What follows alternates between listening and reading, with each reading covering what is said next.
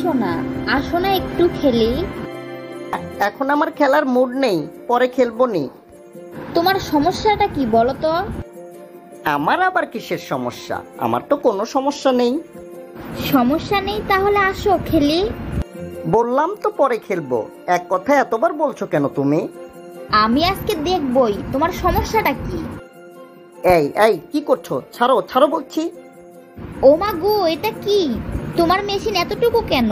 তাই তো তুমি খেলতে চাও না। এবার তোমার বিষয়টা বুঝতে পেরেছি।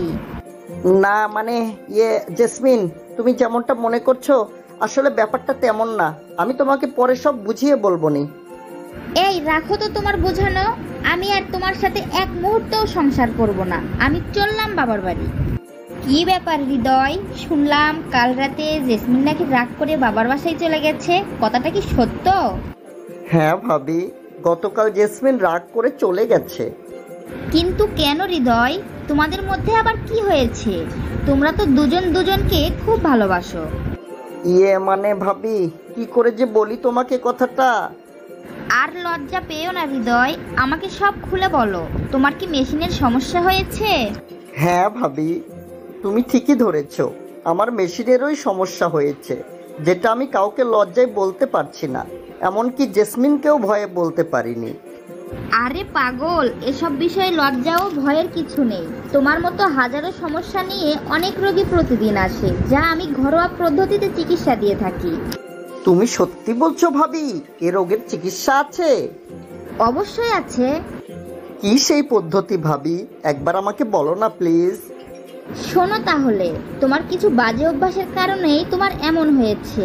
যেমন হাত মারা, রাত জাগা, অনিয়মিত ঘুমানো, পরিমাণ মতো সুষম খাবার না খাওয়া ইত্যাদি।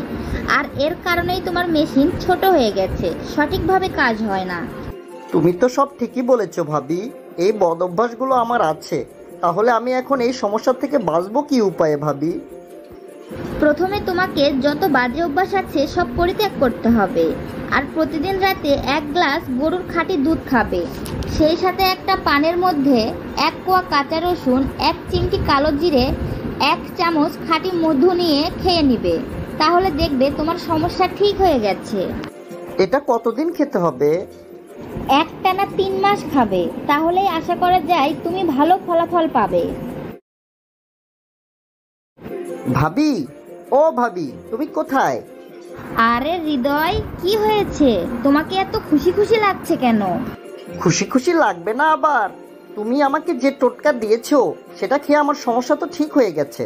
সেই সাথে আমি পাগলা ঘোড়া হয়ে গেছি। তোমাকে যে কি বলে ধন্যবাদটা দিব ভাবি।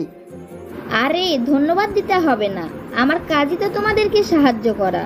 দর্শক বন্ধুরা, আপনাদের উদ্দেশ্যে বলছি, এরকম শিক্ষণীয় ভিডিও পেতে আমার পেজটি ফলো করে আমার সাথেই থাকুন।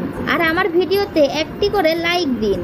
সেই সাথে কমেন্টে লাভ ইউ টিনা ভাবি লিখতে ভুলবেন না কিন্তু। ধন্যবাদ সবাইকে।